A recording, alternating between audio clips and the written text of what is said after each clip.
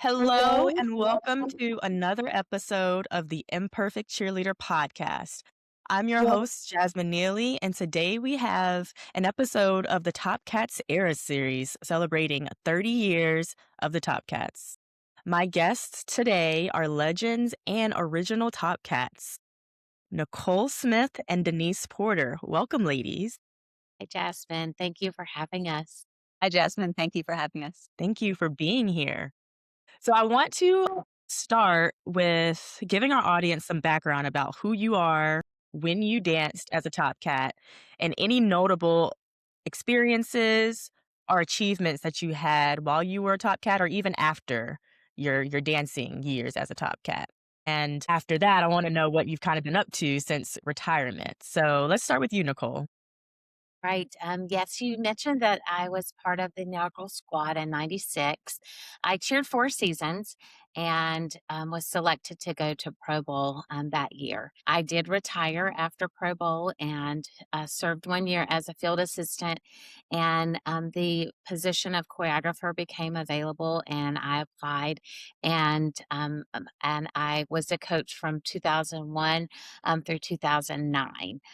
Then I had not a few, I had two little girls. And then I was home until the 2012 season when I went back for game day entertainment. And then in 2017, I was asked to come in as a guest choreographer and to do junior top cats and to help with some technique. And that maternity leave turned into a long tenure into 2020. So I went through, you had asked us kind of to put on paper exactly our time with the Panthers, and I was there for 21 years. So, in some capacity, I was there for quite a long time. Wow, that is amazing, amazing tenure there.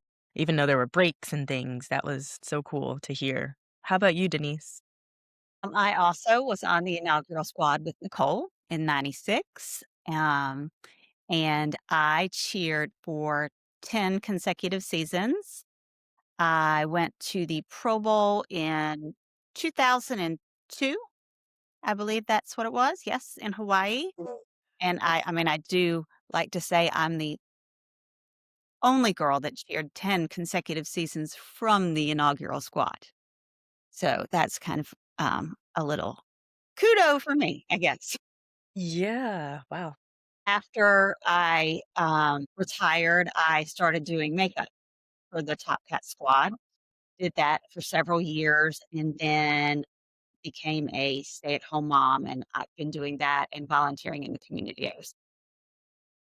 That's amazing, and I'm learning a lot here when I interview former Top Cats that especially those that come from the inaugural squad, that 10 years was, like, a norm, it seemed like, and in the '90s and the early 2000s, so the fact that you could do that for 10 years is incredible. I don't know that I could have. I'm just being honest, but that's incredible to hear.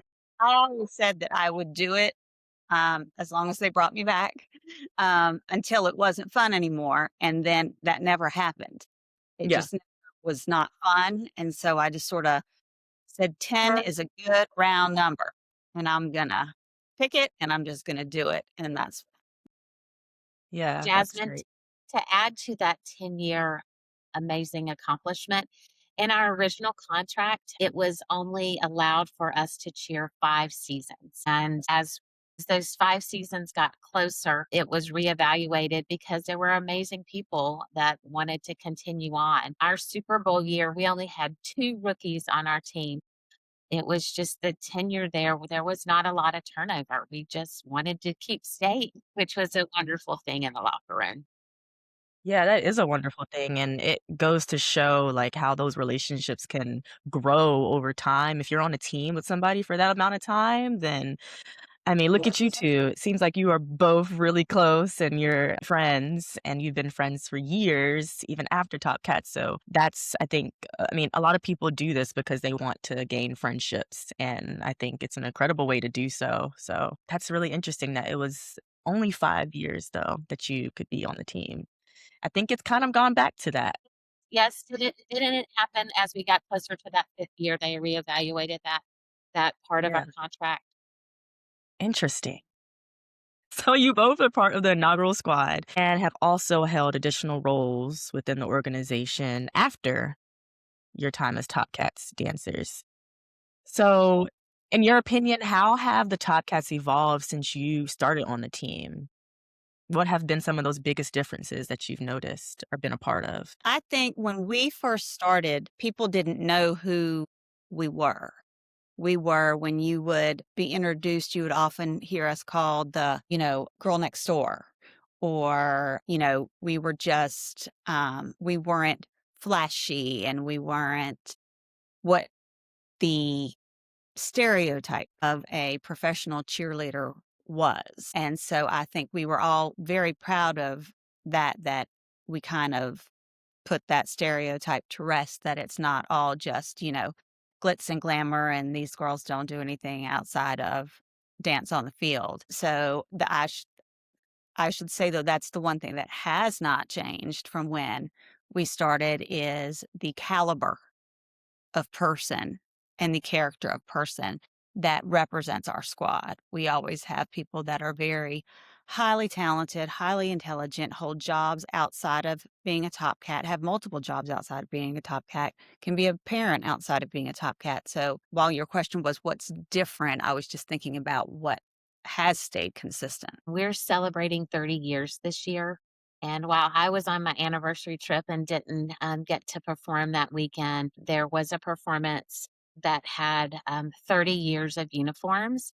I think just seeing uniforms evolve through the years. While in my tenure, we had several uniforms that I've seen evolve from just a sketch on a paper to a uniform on person, just so to see that transformation, and just to see how, some teams have an iconic one look, but that's the great thing about Top Cats is there's so many different uniforms that we have, and we have to have because of our outdoor stadium. And just to watch the videos of the 30 years of uniforms was something that was really special. Yeah, I have to add that was incredible to watch. I didn't even know there were some uniforms that I saw that I never got a chance to wear. And I was like, "Wait, we have that? We have the black? We have the Yeah. black, like, two-piece and the black pants?" I was like, "Wait, And what? you know Where'd what that come was from?" so You should have special? thought about us older girls. We had one uniform the first year with a jacket.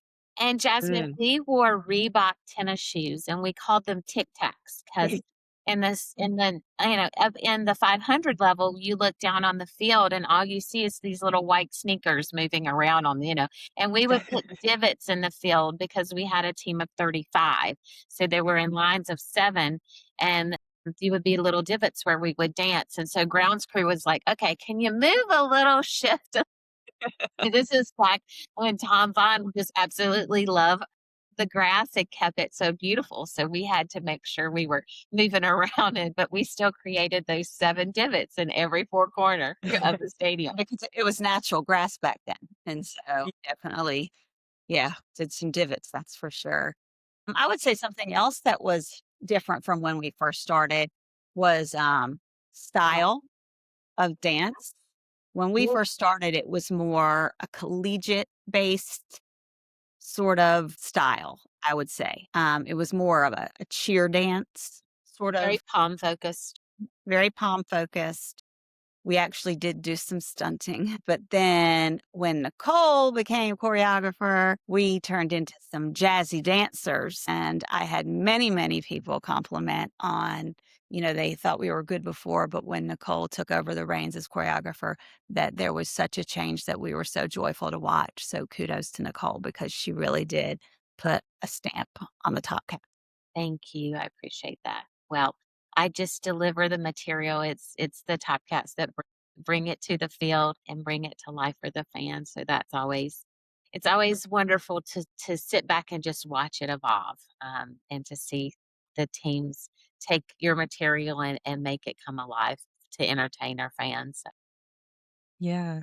Thanks for saying that, Denise, and I'll just have to give Nicole her flowers too because you were part of that shift and that change at that time, and just being able to also be under you as a top cat and you as my coach, I think it just shows how, your your stamp on that organization as a coach and as a choreographer has, been just iconic, if I had to say the least. I think that's incredible what you've been able to do and bring your talent of choreography to the organization, and, yeah, so I just wanna say that as well. Thank Thank you. you. Thank you.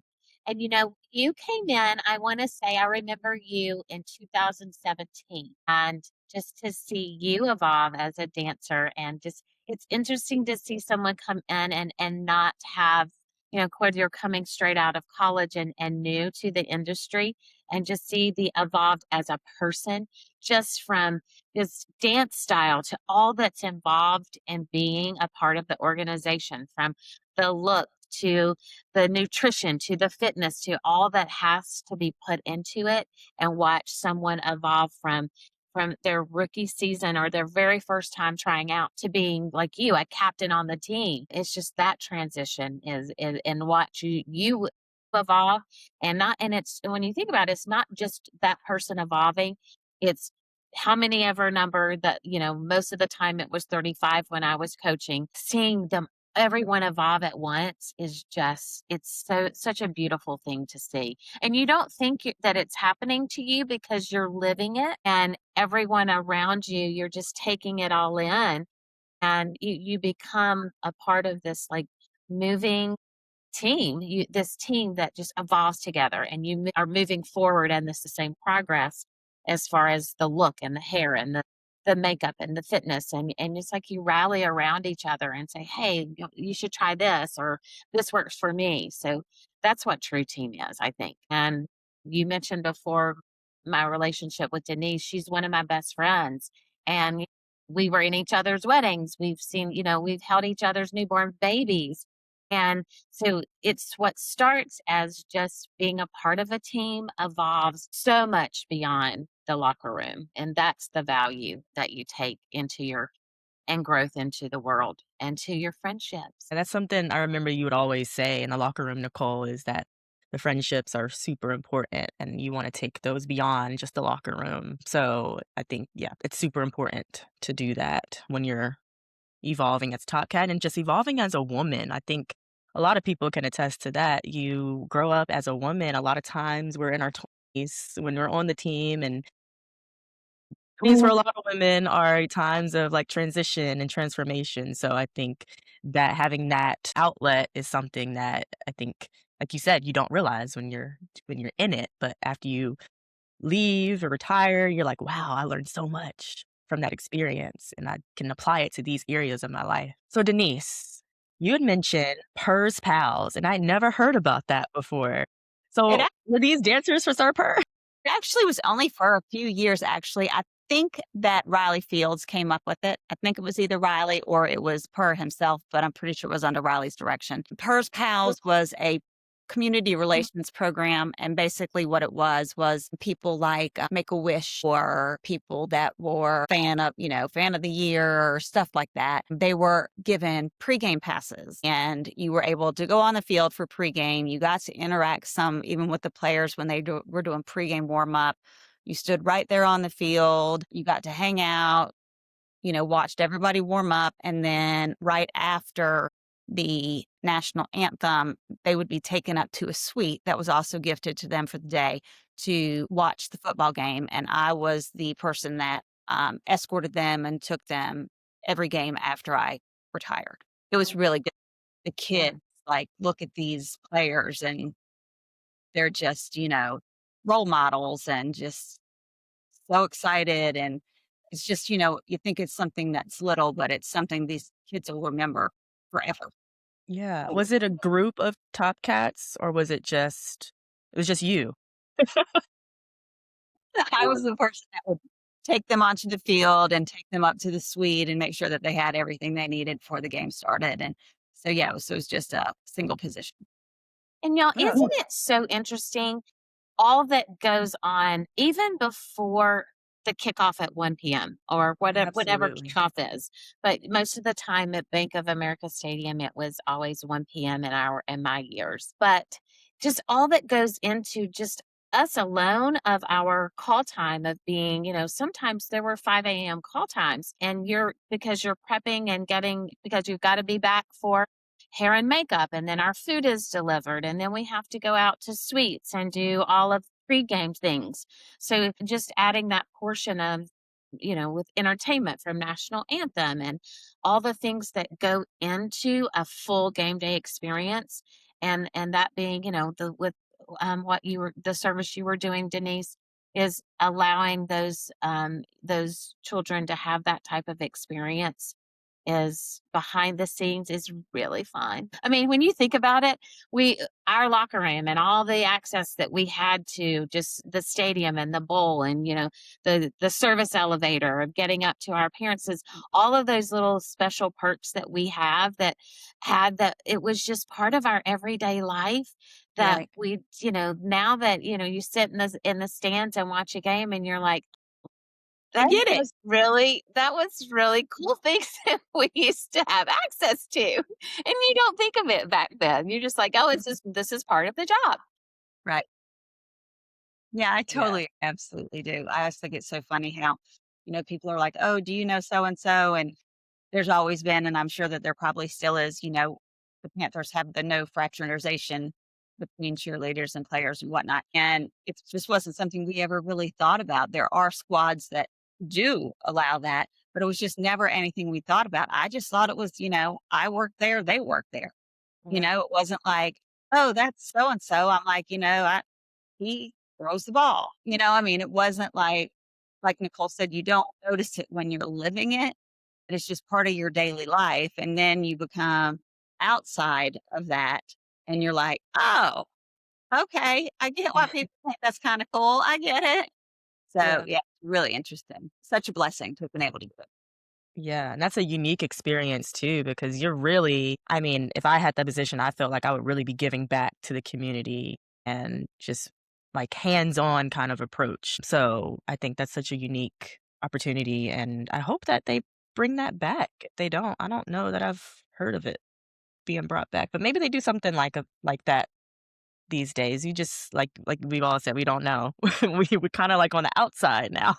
Yeah. So I'd be interested to hear if they have something like that now. Jasmine, during your time, what was the book initiative that we did in the community where we would go into the classroom to read books? And then during COVID, I think you may have been one of them that did the actual virtual reading of a book for schools whenever everyone was virtual learning. I was there during those COVID years, which we made a lot of pivots, Yes, we did. but it was I part don't of the community literacy group. yeah. It will come to me. I just can't think of it right I now. remember that program, I don't remember the exact name of it, and I don't know that I did the virtual meetings, but I do remember when we did them in person, I believe. But yeah, stuff like that. It would be specific appearances, and you feel like you were really giving back to the community, especially when you could, like, put your palms down and actually use your hands and do something.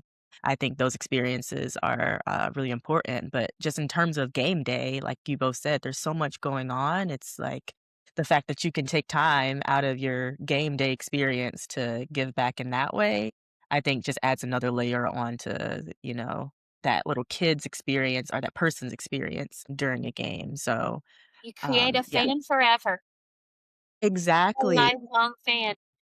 and we also have the what was it? The Isabella Santos Foundation. Yeah, that was a huge initiative that we had too, so do you remember she had her dedicated locker in the locker room? Can see her little picture in that locker.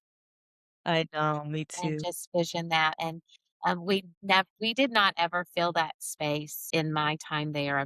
I know that the Top Cat locker room has made some rearrangement and adjustments through the cubes, and I think you call them quads maybe, I'm not really sure, but I know when I was still there, those black lockers were there, and Isabella's little photo had a forever spot right in that back right-hand corner. Yep, she was Opposite of where the old payphone used to be when we had a payphone in the locker room in 19 payphone. It was a payphone. pre What? yes, payphone pre All about pre-cell phone, back whenever we had bag phones. You remember bag phones, Denise? Yes, we got the first time I got a cell phone, it was because the stadium used to be called Ericsson Stadium, and Ericsson was a cell phone company, and they gave all the cheerleaders cell phones. And that was the first time I'd ever had a cell phone. Like before that, it was, yeah, we were using the payphone in the locker room. I remember Wow. getting an email address because of Panthers. And that was back whenever, for many years on finals, it was not an email. You didn't receive, not told you were a part of the team via email. It was live.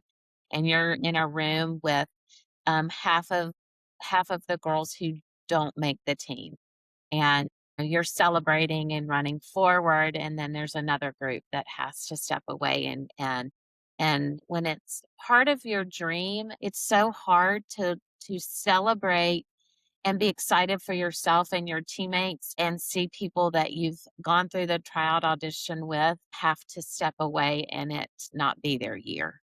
So that was always really hard. And so you want to be excited for yourself and all the hard work you've put in, but yet your heart still goes out to people who are still wanting to be a part of that team too. Yeah, I Yes, agree. that was the email address. That was real. That was, I remember that, Nicole. That was really hard. I think we did that like the first 7 seasons where it was right after finals. You waited for like 2.5 hours and they came back in and then called you, and you either were still seated or were picked. And it was really, I mean, like Nicole said, you wanted to be so happy for yourself, but then you were just, really, really sad for those that it just wasn't their time at the time. So, but yeah, we didn't start the Yeah. private notification for a really long time. I Yeah. will tell you, I had an amazing mentor in Leslie Matz, and she gave me the best advice that I will take for with me, and I did into roles much further into my first few years of coaching. Is it was a night that of that 2.5 hour wait when we were coming down to final decisions, and you both know Leslie, and she's very business minded, always a professional. And I was having a hard time. And she gave me the advice and she said, Nicole, you have to take your heart out of this at the moment. This is a business and you have to make a decision based on that. And just prepping it and listening to and learning more about your imperfect cheerleader. I listened to one of the podcasts on, I think it was 161, talked about what coaches and wanting feedback and what coaches go through at making those final decisions. And as much as we make a business decision, your heart will always be in it. And even Leslie, she came from Philadelphia from the Eagles, and she just said, you have to make a business decision. It's hard, and sometimes you have to move forward leaving that heart behind. And that was some of the best advice in my beginning years as a coach, because that's just, it can be hard making those decisions. Yeah, I can imagine, especially as a coach. And I want to transition into when you became a coach, Nicole. Tell us about that moment that you first became the Top Cats coach. Was this something that you aspired for? It's been so long ago when I saw that question. I'm like, I really need to sit in this for a moment and just figure this out because it honestly happened very quickly. I was in at in Hawaii at the Pro Bowl, and this was when John Peters and Jay Hayworth had that week was very transforming for me, and I think a lot of those girls, in the younger years, I think I was the 4th girl to go to Pro Bowl. Those years, that program really, in a week, really makes you pinpoint who you are, what you want to do with your life. I remember sitting at a breakfast, and they would go round table asking questions, and Jay literally looked at me and she's like, "What do you wanna do next year?" And it just came out of me. I was like, "I wanna choreograph for an NFL team." And she's like, "What one?" And I was like, "Fine." She was like, and, but at the time, I was like, "I know that isn't a possibility." But I knew when I got home, I needed to retire because this was back when, um, Leslie was, wanted, our choreographer to have a separate life from the girls on the team. All of my best friends were on the team. So I knew I needed a year of separation, and in that year, it just evolved that the door opened and I was able to apply.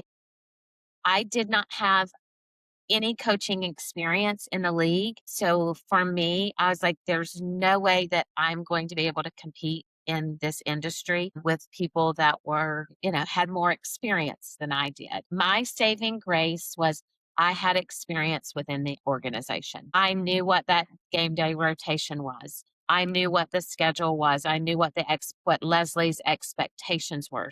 So the learning curve on that was minimal. And it allowed me kind of just to spread my wings because Leslie gave me an opportunity to take something that was a lot more palm style and turn it into a different, more jazzy approach to movement on the field.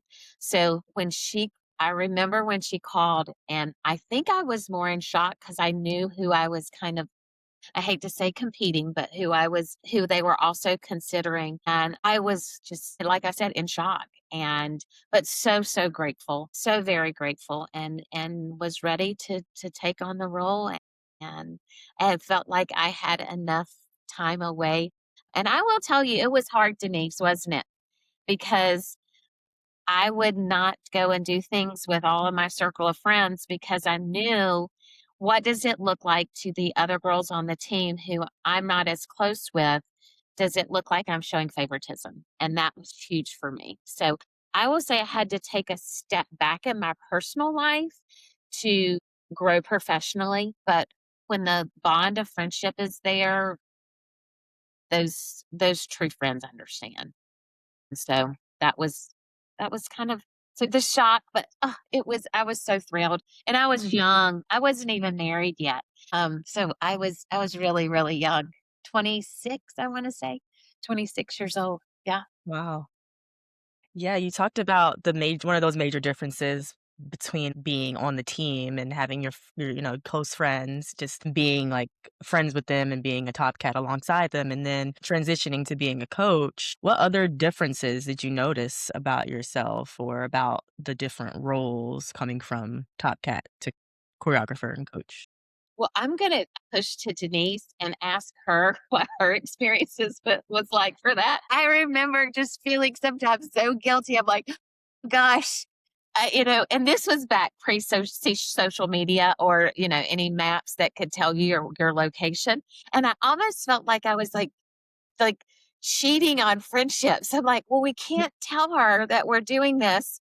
It's going to hurt because it would hurt her feelings, but I can't do this with her. So, what was your perspective like for that, Denise? It was a little hard. It was because it was that year as well. Um, Tina transitioned the year before that into the office. And so we were all very tight. And some of the girls had retired. And so, like, there was a point where I was the only current top cat and everyone else was doing something else in the organization, whether they were a field assistant or they were the choreographer coach or they were Leslie's assistant. And so it was really hard because, it is really important that people see that separation, but it was hard. I mean, there's a picture all of them have. They The went to Dallas. the game I and see I'm that not picture. I'm like, why is Denise? We should have taken a flat, Denise. I know, and I am not in it, and I'm like, every one of them has that photo, and I'm not in that photo just because they went as part of the Panthers organization, but I would go as the Top Cats because the Top Cats always went to some away games during the year on our own time. I mean, it wasn't like put together by the Top Cats. We just did it on our own. And so I would be there, but I couldn't be with them. So it was, yeah, that was, that was pretty interesting. And also, I had to act like I didn't know them as well as I did, which was kind of hard. Say that changed Yeah. a lot. That culture shift a lot. I call it my first and second tenure. I think in my second tenure, I was much older and such. I say much older. I was older and at a different stage of life. I had two very young children, so I say priorities shift as you get older. Like when I was in that first tenure, and I was so young, I also had a full time job with an investment banking group. It was really hard hours, just, but you're young and you can push through. I could not imagine doing that with two children that young. So the second tenure, it shift, and I felt like more of a mentor than an equal. And I think the shift was not that I never truly cared about lives outside of the locker room. It was just there was everyone I was living that same age group with that same age group. And when you're older and a mentor and you're looking to see where, you know, current Top Cats lives can evolve, that you really invest in what are you doing outside of the locker room? What is your career path? So it was a different time, a different season for me. So different perspectives because, you always care about them. It's just looking at it through a different lens. Yeah. Oh, it's so interesting to hear the different perspectives, and then, Denise, how you were during that time with being Nicole's friend, but also her being, the choreographer and coach. So that's, so fascinating to hear. So thank y'all for sharing that. And I will say, it takes so much to dedicate 10 years of your life to that. Mm. And when I talk epitome of a top cat, Denise, you are that. You literally were so professional. You never crossed the line. Um, there was, a level of standard that you held yourself to. And that was back when Jasmine, we had things called counseling statements back in the day, and it was part of our rules and regulations. And on the second offense of a particular rule, Right. you were yes, it was a demerit, and wasn't the second offense? It was you were not allowed to cheer on game day. But and I will say it was a very strict program, Was. but it from grassroots, with it being that way, it established such great dedication and loyalty. And you think it was just teaching us things in the locker room and following rules and regulations. It was teaching us how to be good citizens too. And so it just, And how you, to take it out into the career world too. yes, We like were we you were were treated never as late. employees. Being late was not even in your vocabulary. Yeah. That was not a part. I mean, now granted, yes, it was fun, but it was not fun times. It was you were I mean, it was like we were considered and they would tell us, "Y'all are part-time employees." And that's what we were.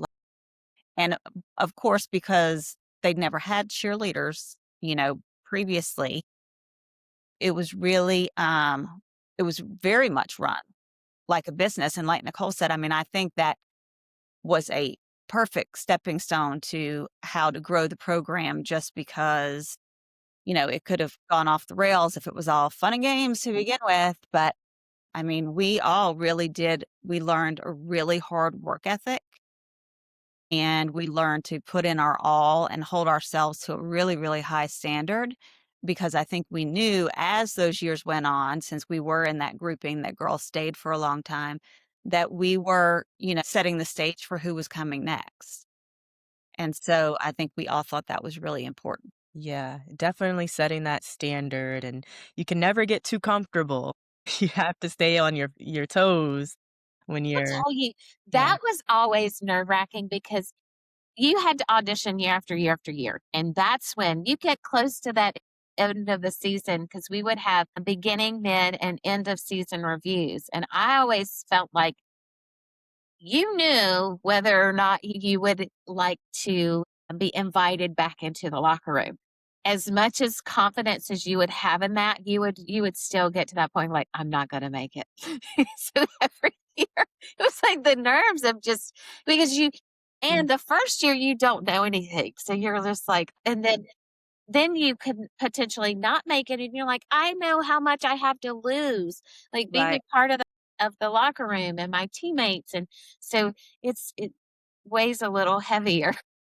Yeah. Every year you start questioning, "Oh goodness, did I Yeah. do everything okay?"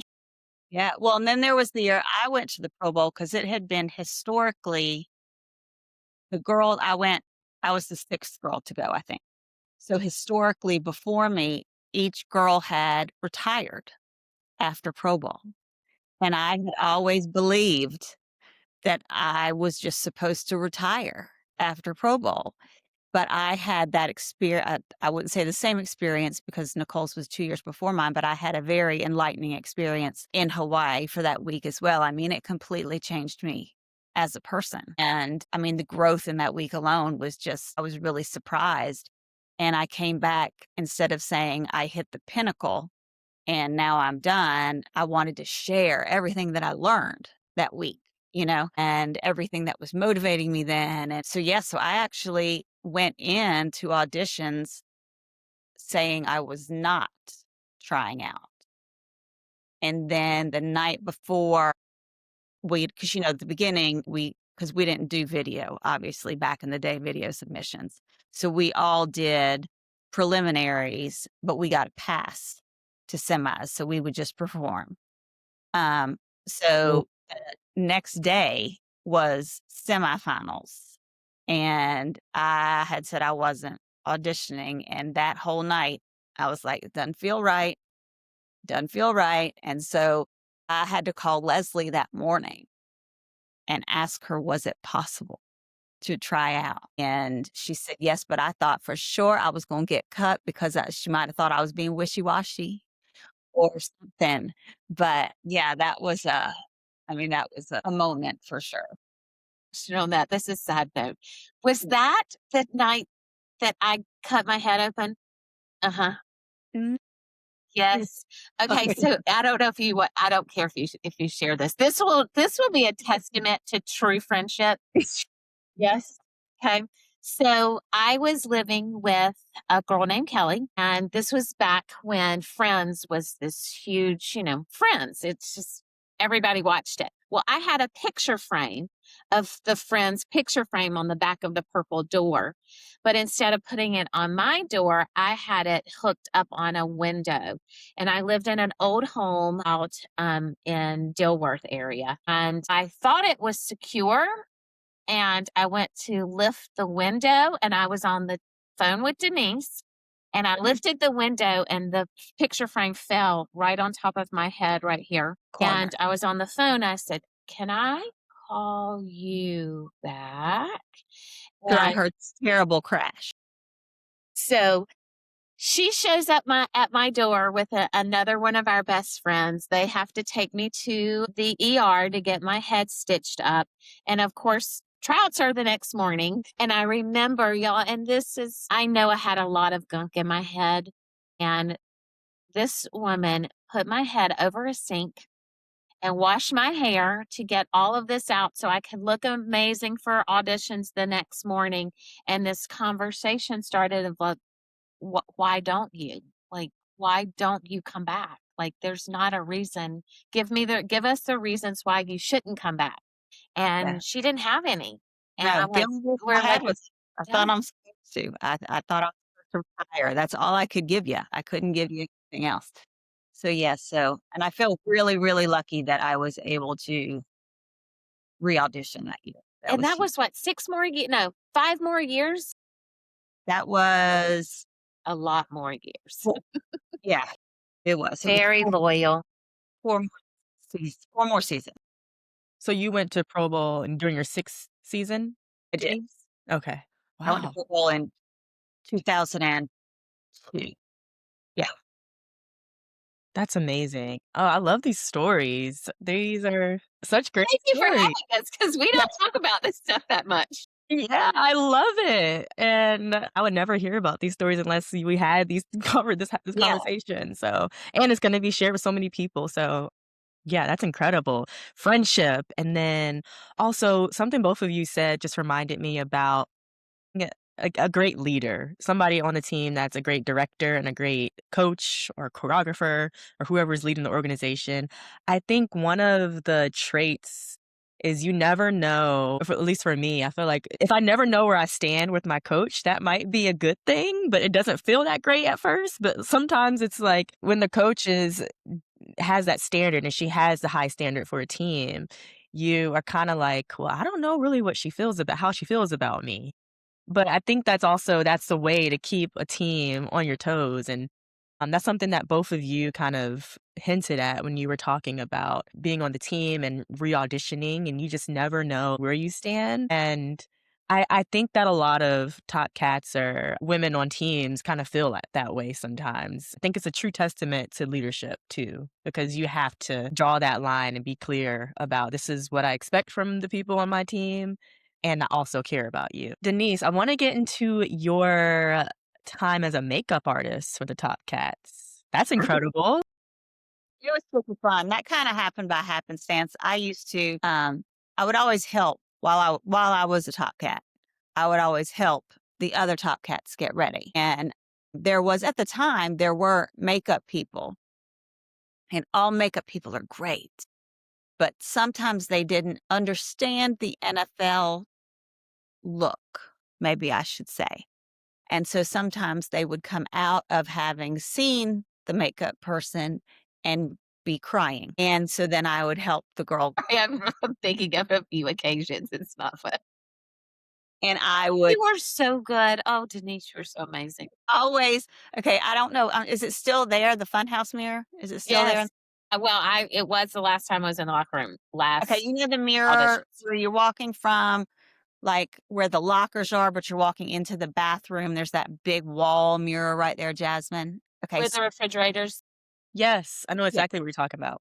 So I would sit there and do my makeup every game. For 10 years, I sat there. Okay, Mm. well, you know, makeup is done in that room off to the side, right behind you. And so girls would come out and they would just look at me and I'd be like, uh-oh. And so I would pull them aside and I would help fix it or whatever. And I'd always loved makeup. Like makeup was just my thing. And then we had a girl who cheered just the first year, Cindy Crosby, and she had started doing makeup with her cousin because her cousin was married to a photographer. So she started doing makeup. And so then I went and sort of apprenticed under her when she would do weddings. And then it turned into she couldn't make some weddings. So after I would go to practice on a Saturday, I would go do a wedding. And then after I left Top Cats, I was brought on first, I think it was for headshots. I think it might have been. And because I understood the look that they were going for.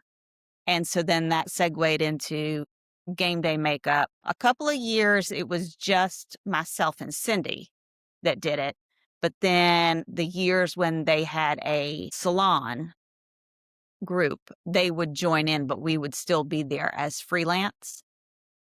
And then after I had both kids, it just got to be a lot to be there that time in the morning. It's, you got to get there like 7 in the morning and then you have 2 littles. It's not the best, Yeah. and so yeah, so after my kids were born and they were kind of in the, who around stage, then I gave that up. But I That's still called her incredible. last week to do, makeup for a Top Cat hopeful, and So I you even still do asked makeup? another girl who was auditioning for Carolina Girls. I'm like, "Okay, would you do a little glam, game day glam for a couple of friends?" Yeah. So, and that's the thing is I don't do it like professionally anymore. But if someone, and it's usually for someone obviously that I'm good friends with, but I'll do like somebody will say, "Hey, I was a kid in a wedding you did 10 years ago.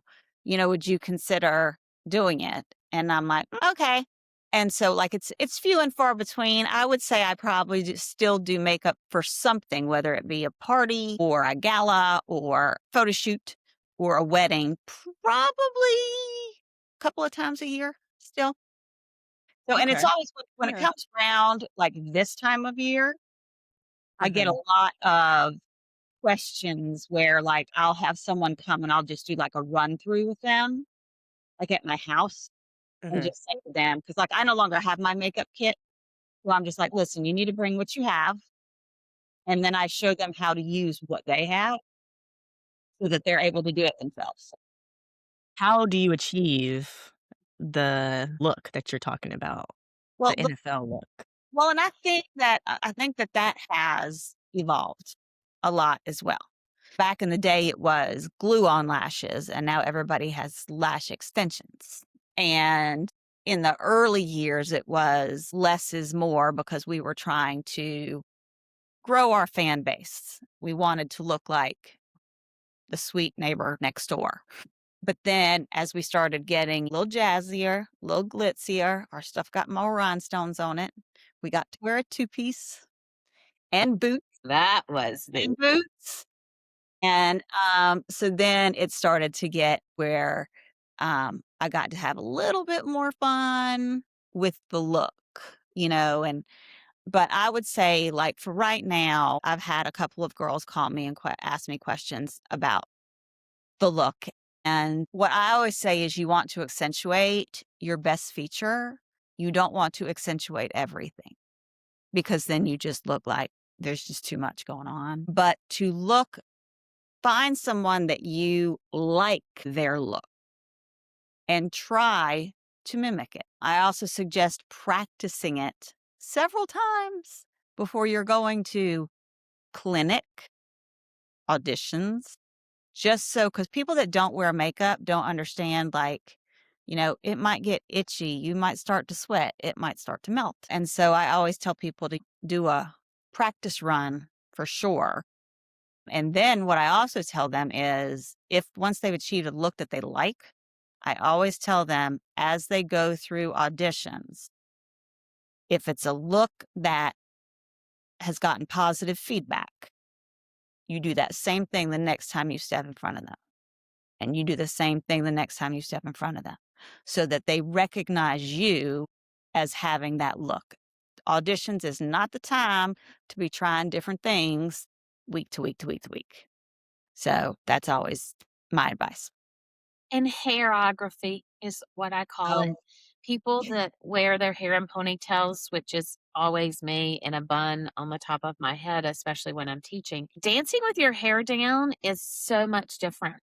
And you don't want to get caught mid pose or it stop on an eight or ending position and hair covering your face. And you have to figure that part out too. Yeah.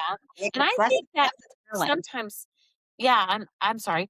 I think that sometimes kind of separates the amateur from the professional of, I have to make this look great on field. And when you're in an audition situation and it hits that ending pose and you're still like fidgeting, trying to figure out, what's going on with your hair, there's gonna be wind. There's all kinds of different you guys know y'all both cheered through rain games. Yes. That's a big part of the outdoor and also indoors. Just even being NBA on court, you've got to figure out that hair when it's down and moving. And it's fun to watch it live and breathe. Buns and competition hair is wonderful, but letting the hair go and it just gives such uniqueness to each person. It's really fun to watch, but you got to figure out how to do it. Yeah, I agree, Nicole, because I know a lot of the girls, they come straight out of, well, no longer studio because now they have to be 21, but like straight out of if they've been on a college dance team and they don't wear their hair like that. It's usually slicked back in a bow and they're not ready to dance with their hair free flowing. And it's, and I do love to see the progression. Like it used to be, And it still is now that you can volunteer or whatever to do prelims or to do whatever. But I know when I've been to a couple of preliminary auditions or semis or whatever they are now, it's so interesting to see that progression of someone who has the absolute dance talent but cannot figure out what to do with the head. And then the next week, you're like, oh, she's almost got it. And then come final auditions, you're like, oh, she's got it. So, yeah, I mean, there's a lot to it. And I don't think people recognize that it's not just makeup and hair, it has a lot to do with the makeup and hair. And also, you guys, when you think about all the routines that you've learned in your lifetime and all the material you have to maintain, continue, and perform at the top level, it's a lot of not only just hair and makeup, it's a mental thing too. Oh, yeah. Making sure that you have time management because you have a career outside of this extracurricular part-time thing that you still have a passion for. So it's a lot, and I'm just it's always such an honor to be around current girls that are living it because you have those moments where you're like, I get it, I understand, I've been there. It's a lot. It's a lot. Yeah, And the for sure. material alone, I want to give a shout out to DeWanda Biddle and you too, Denise, you have a great memory too. But DeWanda can break out a black cat routine from 98 and know it from start to finish. And you're like, how do you remember that? You know what's funny? I interviewed her last week, and I think she actually did some of the moves. I bet she did. Black cat. Dun, dun, dun, dun, dun. Nice. We Oh kind of know it too. my God. That's amazing. Oh my gosh. Yeah. The hair definitely has a mind of its own, and it should have a mind of its own. It's how you work it. But I also think it makes it harder for women that have short hair, or have bobs, or have pixie cuts. They have to work extra harder. So I have to say on the pixie cut, Jasmine, how many years in a row did you have a different hairstyle? Like Denise had the pixie look one year. I can see you in that one uniform. I've sent you a picture of that before. And she worked that hairstyle and it was so unique and different that you could spot it. There was another girl, Shannon, on our team who had so just a precious little, and hers was even shorter than yours. Yours was more of a bob here. So it's not all about this long flowing hair. It is when the team evolved, it definitely had so much different looks on the team that it wasn't a cookie cutter look. It was, I truly felt like they got to know us and what we stood for. And it was more about building a team of character, I mean, just amazing professions, of, working moms that had families, girls that were still in college that were, so it wasn't this cookie cutter image. It was just this, but going back to the hair, you always had amazing hairstyles, Denise. I always Yeah. loved from year to year. And you're like, can Thank I have this haircut? I don't even need to see the picture. I will say yes because I know you are a woman of great style. Yeah, I would that's what, my husband used to say. He wouldn't know where I was on the field until I always would kick my leg when we were like, go Panthers or whatever. He knew my walk and my leg kick, but he wasn't sure if he hadn't seen me from my last hair appointment, what I was gonna come out with because I'm not Jasmine, I'm not kidding. I was as dark as this, as my natural color, and then I was blonde, I was strawberry blonde, I was red, I was really long, mid-length, I had a bob. And I mean, it was like every year I tried to do something different just Yeah. so that it wasn't the same old, same old. And you can ask them, Yeah. how did it evolve? We used to have, like, when we made the team, we were contracted of that's how we looked when we were chosen. So we did not change hairstyle. We did not change hair color.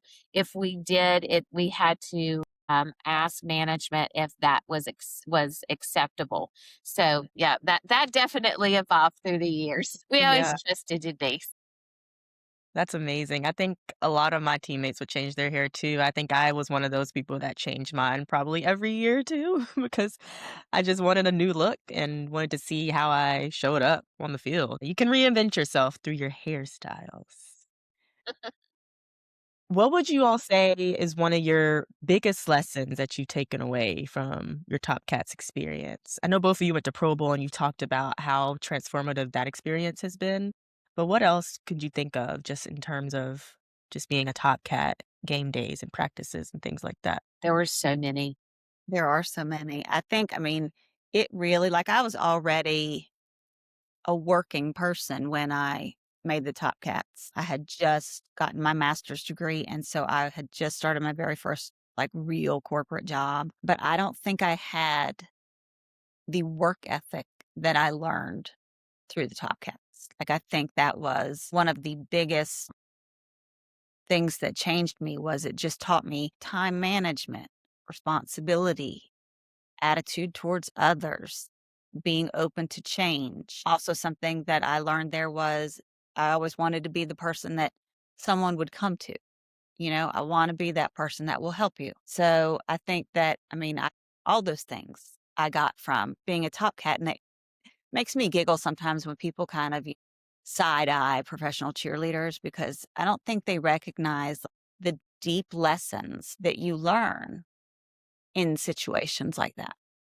So, and I feel really lucky that I learned many, many lessons there. Would agree with the numerous lessons. My biggest one, I think, that I can pinpoint at this moment is grace under pressure.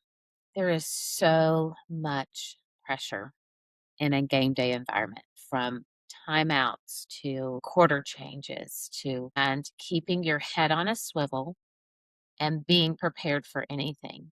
And in that, there is plan A, there's a backup plan, and there's a backup to the backup plan. Like you have to be ready for anything, but you have to keep this in check and always look like everything is scripted exactly as it is happening and that everything is coming across perfectly.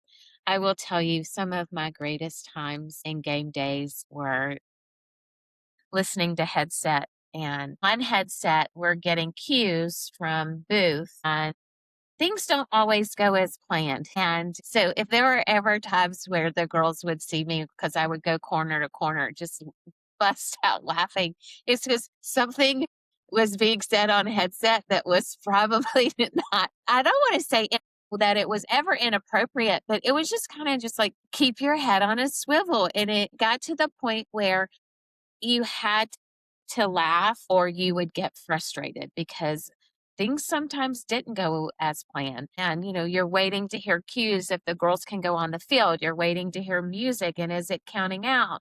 And how do you count in to keep everyone in the four corners together? So it was game day was always interesting and grace under pressure was and that's one thing that my girls will still to this day will say, Mom, you always remain so calm when there's chaos going on all around you. And I was like, those were my Panther days, girls.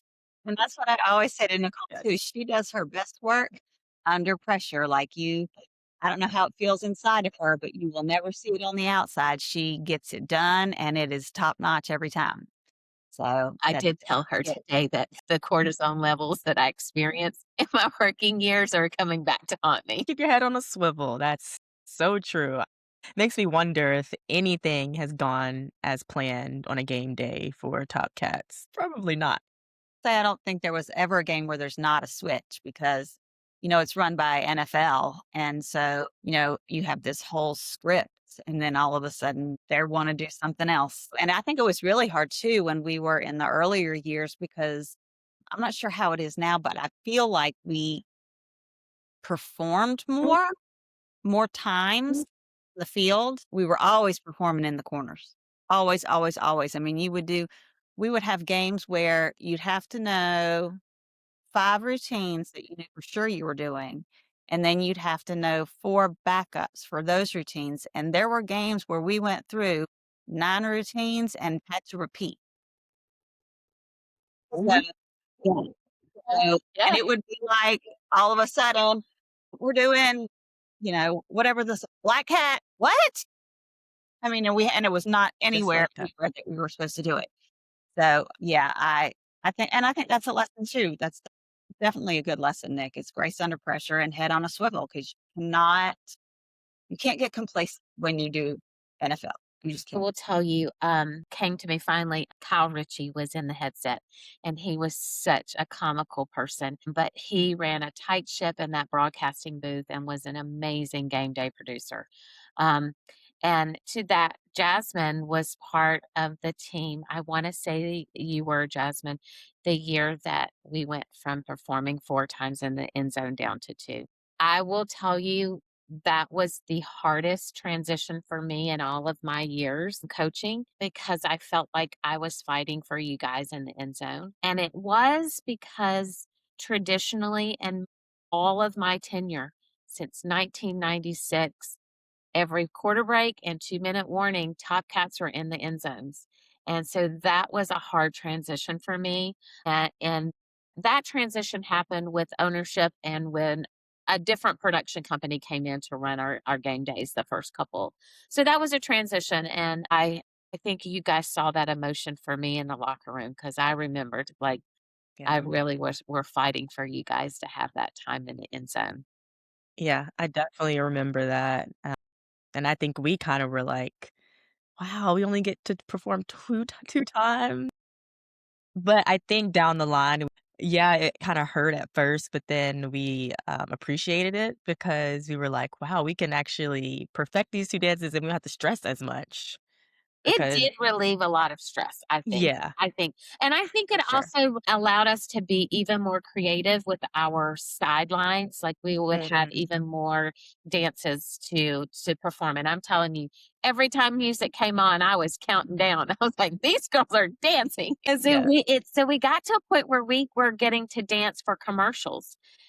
And so music commercial would come on, like if it was I don't wanna do push any product, but if something came on and it was like, "Do, do, do," and it was a defensive thing, we would have movement to that. So it allowed us to be creative in other ways. But yeah, I remember being so upset, but then I was like, "Oh, wow, I can breathe a minute," you know? yeah, I can breathe just a minute, and it was kinda nice. yeah, and then don't let there be a halftime too. That was on top of 4 dances every quarter.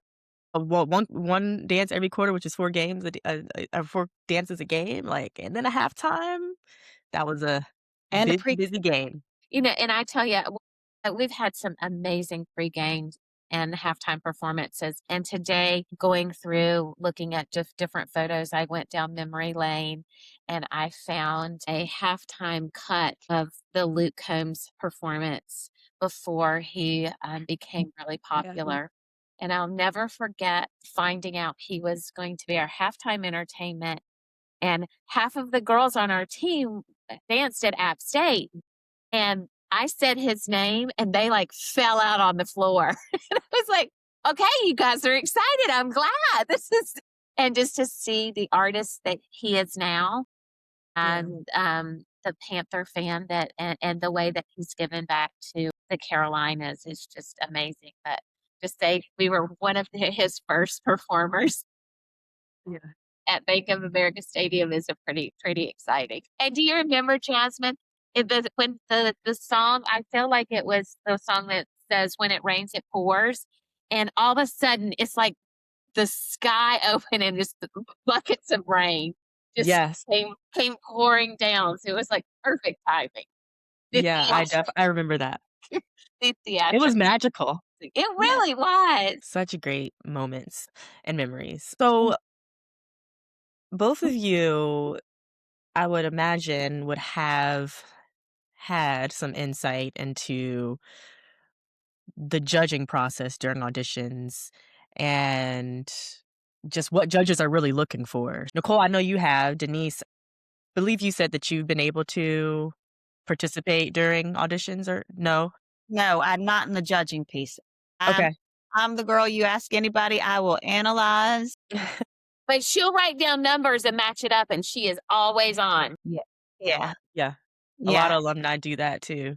Yeah, it's crazy, and, I had to stop though because it started, like, getting a little, you know, questionable. I was getting a little manic about it. But no, so yeah, that question is definitely for Nicole. I've never had to be part of that Yeah. selection process. Thank goodness. Okay. And I mean, as we all know, like, alumni is definitely part of it because, like Nicole said, they write down their numbers and send them in for consideration. But Nicole, just from being the coach and choreographer and running auditions during your tenure on the team, what do you think judges are really looking for hopefuls? And what should the hopefuls be training I to think improve? it's the whole package. I think that standing out as just a dancer does not get you a spot on the team. I think it is how you interact with others. Are you coachable? We all make mistakes. Didn't I never came off the field on a game day that I performed and didn't question myself and go, where did I make that mistake? That I mean, you guys all know as soon as you walk in the locker room, if you had a mistake in game day, you know it. So it's going to happen. So I'm not looking for perfection. Am I was always looking for how do you recover? Is that something that's going to show on your face? Do you let it bother you and affect you? And all of a sudden it becomes a snowball and you can't regroup and get back, just to get back to what the expectation is as far as choreographically. When I speak of total package, the reality of being on a professional team is the requirements physically are demanding, and the nutrition and the physical fitness and the health side of it, both physically and mentally, are a huge portion of becoming a good team member. So I always like to look at it as a pie chart and or or a wheel, or are you giving everything to every area of that wheel so that it is a revolving in a way that keeps you afloat and makes you stand out, and you're not jagged in excelling in one area and not the other. So the total package is important. But in that total package, you find your strength. Is it your dance? Is it your physical fitness? How can you help others train, and are you sharing your knowledge while you're there? Like, I really like to see, and team is so important to me, and how what you give back to your teammates is even more value than what you receive. And watching people during the audition process and making sure that they're going to be good teammates were always something that was important to me, because at the end of the day, you guys know the camaraderie in the locker room is vital. It helps you thrive. If is tension, it's a hard place to walk into. So you always want to look for the harmony, like who is bringing the harmony to the team. And when you have a whole entire group that's doing that and putting others before themselves, that's what that's where the magic happens. And that's all of a sudden you can be on the field and music stop playing, and you still keep going because you guys are on rhythm together. You just get each other, and you can just keep moving without music. You just start counting. The whole package is Yes. so important. And Yes. and and part of that package is the b is the appearance side. Do you have a heart for the community? The community piece is always so huge. You've got to give back. That's really vital too. I would say too, not that I've ever had to be part of the choosing, but watching for so many years who has been chosen, I think preparedness is huge. For instance, you're gonna get a question about football. You need to know about football. Even if you just memorized it for that day, just know football, you know? Or, you need to practice the way you speak in front of people. Yes, you're standing there by yourself with a microphone and they're gonna ask you, I don't know what, but you need to know how to present yourself in a way that you look polished and yet welcoming, and like you know what you're talking about. Even if you completely throw out a pageant answer, you still look like and sound like you know what you're talking about. And where the dance piece comes in for me, a girl will draw my eye immediately if she's looking like she's having fun. And I say this all the time about Allison Armstrong. I could find her anywhere on, Love her. Yes. and That bounce. I that love it. that's what it is. She's got this joy in her that just comes out. And when the girls are auditioning, and I know it's hard because you're terrified and you're nervous and you want to make sure you do everything right. And is that girl prettier than you? Or does she have more of a technique than you? And it's all so much to think about. Really, when I've looked back at the girls that have been selected, it's usually been girls that I drew to just based on the fact that they looked like they wanted to be there and they were really having a good time and giving it their all to obtain. And Yes. I think what too, when a girl is searching for how she stands out, you mentioned Allison. Allison had this energy, bubbly personality, joyful, just love to watch her dance. And so she brought that energy. But you may have someone whose personality is a little bit more soft and relaxed and laid back.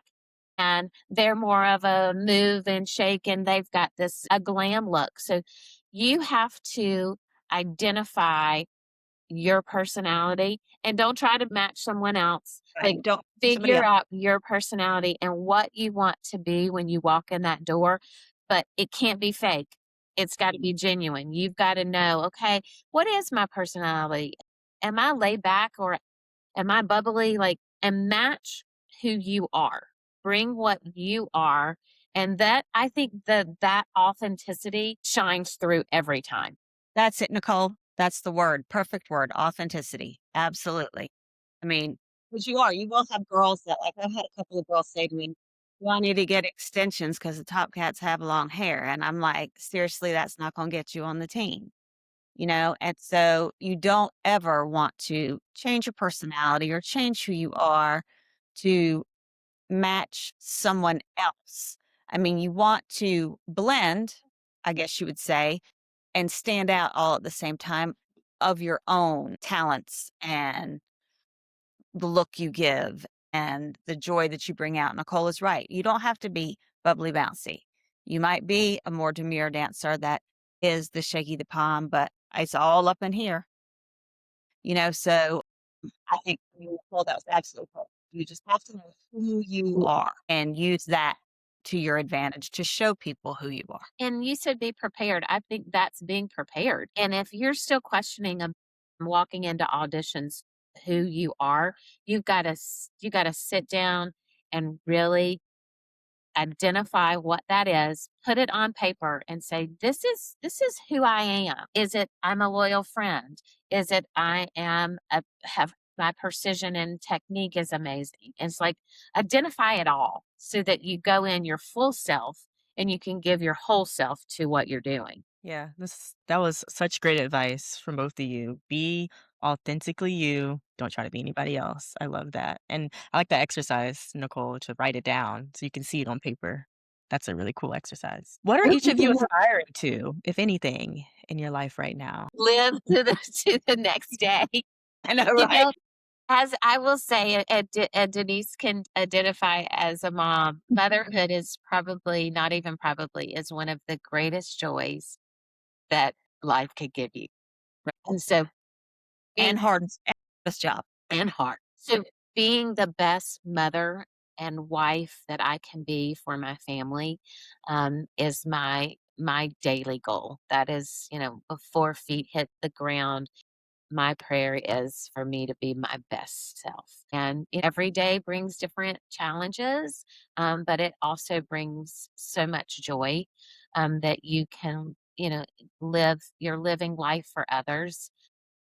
While I think there is a fine line between also making sure that you're true to self and I get my workouts in, I get my devotional time. I find things that I still am passionate about, I still do, and my family respects my time. Like my two beautiful daughters just walked in and they're sitting over doing homework.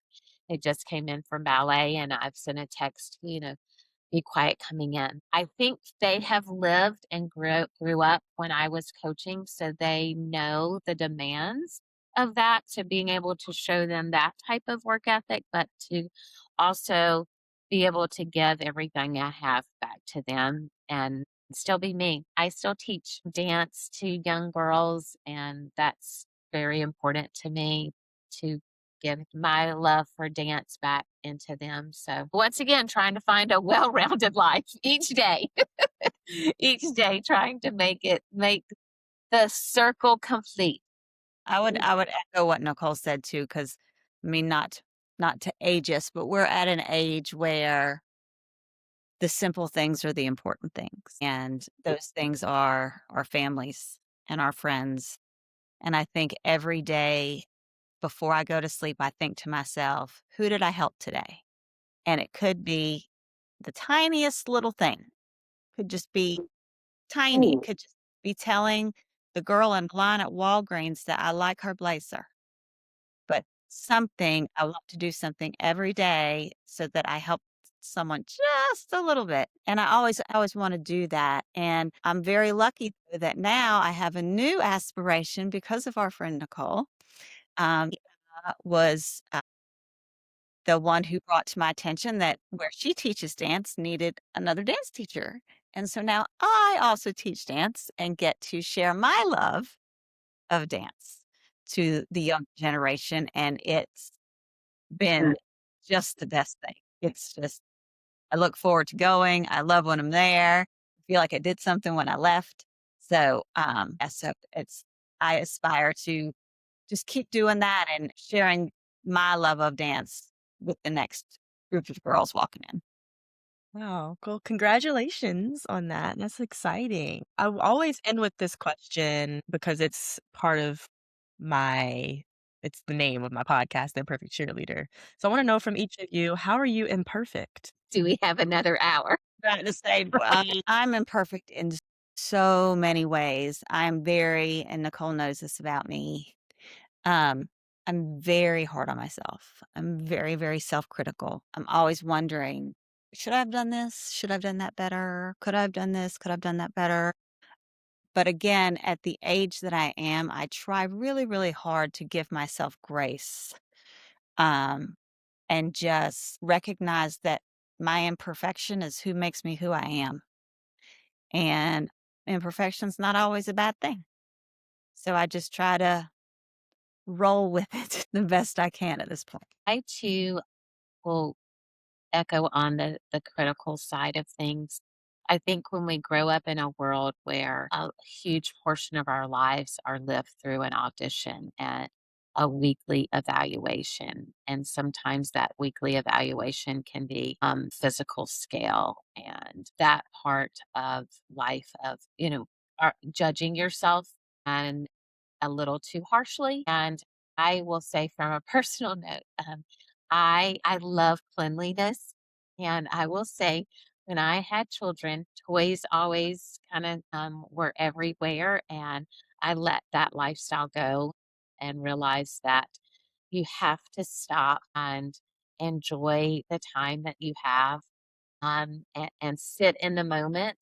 I have a senior that's going to be going to college, so that I'm grateful for the times when I let the messiness just be okay. Uh, and as so critical, but I kind of got to the point in life where I let that go. Now, my teenage daughters over here are probably going, but you make us have our room clean every day.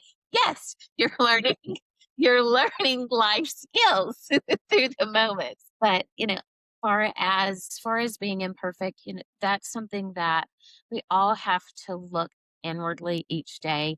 And at the end of the day, be okay and love the person that we are. And sometimes being your own critic can help you in ways that you overcome things, but also you have to make sure that you're being kind to yourself. So that's something that I struggle with. And I make sure each day that I'm not taking a spiraling thought and allowing it to evolve to something that may not be good for me. Yeah, I love both of those answers. I do wanna end with some quick rapid fire questions. So I didn't send you these in advance, but they're just quick answers that you give, and there might be either or Okay. questions. Ready? Okay. So the first one is, do you get game day butterflies or are you in total lock-in mode? Butterflies every Fly. At 10 years every time, 100 games every time. I try to Wow. tell my kids it means you're getting ready to do something amazing. So Yeah. It's channel the free. butterflies in a different way. That's a good way to channel it. Yeah. What is your favorite sideline memory at Bank of America Stadium or Ericsson Stadium? We are the champions. Green Bay. No, Green Bay was away. When did Yeah. we Chad Coda in the end zone, Denise? What was that game? Was it Dallas? That was another one. That was That Dallas playoff our game was first year amazing. when we won? Back when we were the NFC West. West. Yes. That What? was it. That was it. Yeah, we were the NFC West. That makes no sense to me, But but I will tell you, not the stadium, but Super Bowl 38. Oh, Will tell you that whole day, I've never been more proud to be a part of the Top Cats than that was watching that group of girls perform. yeah. Um, it it was a even though we did not win that Super Bowl. I'm not going to go in that direction, but the pride I felt for the girls on that team, like, it was just amazing. I can think of the in the zone stomp at that pregame pep rally. I mean, the hair on the top of my head was standing up. I was just like, the electricity and just the excitement. Okay, this is rapid fire. I'm going on. Sorry, sorry. it's A-okay. I love it. I love it. Rapid fire never is rapid, I'll just say that. Leslie teaching me to play to be by the rules is not working right now. I need to lock in.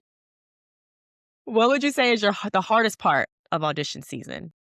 Watching someone not make a team. That's Yeah, I would say that, watching someone not make this. Yeah. And you guys know, I mean, sometimes this is a dream for so many people, and crushing someone's dreams is probably one of the hardest things through all of my years. That's something, and I literally for quite a number of years, I had such heartache. I don't want to say depression or anything like that because that's a very serious topic, but I would really get into my feelings about people.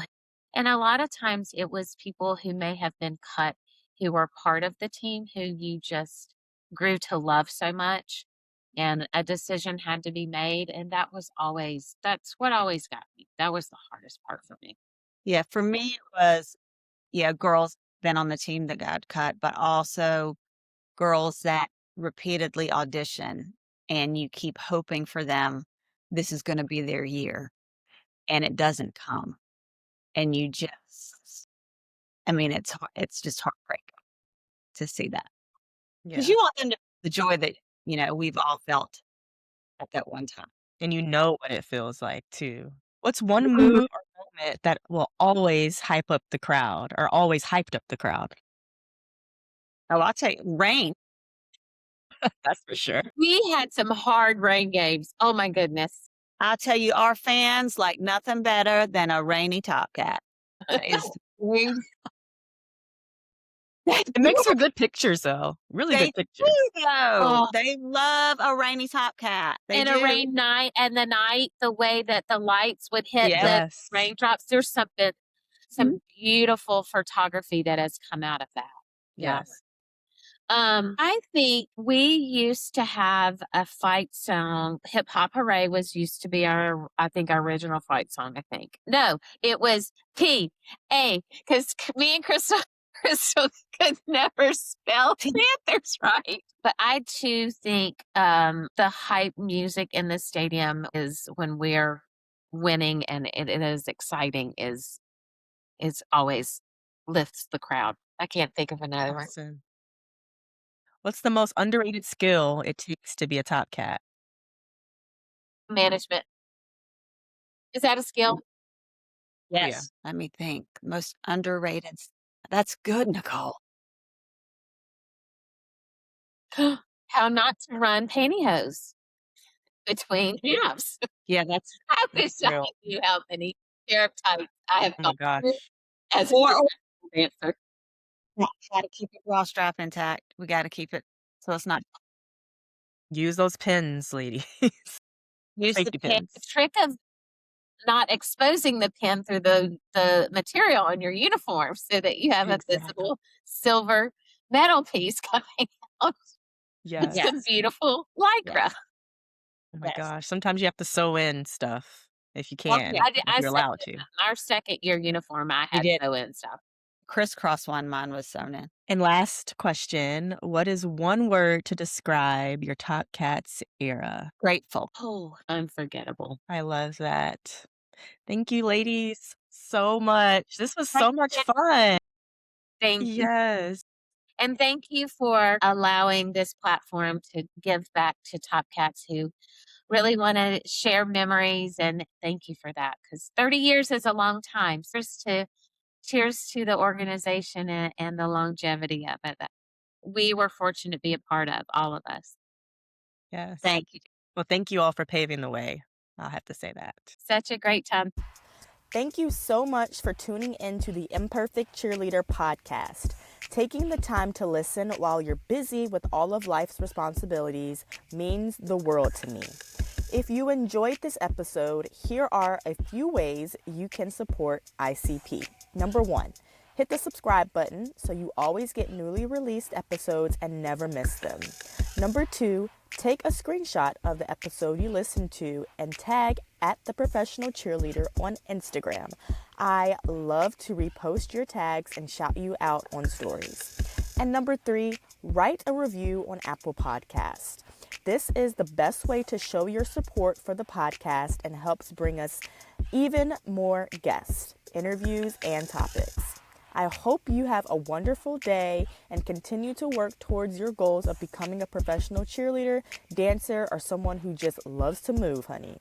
I'll see you next time on another episode of the Imperfect Cheerleader podcast. Bye for now.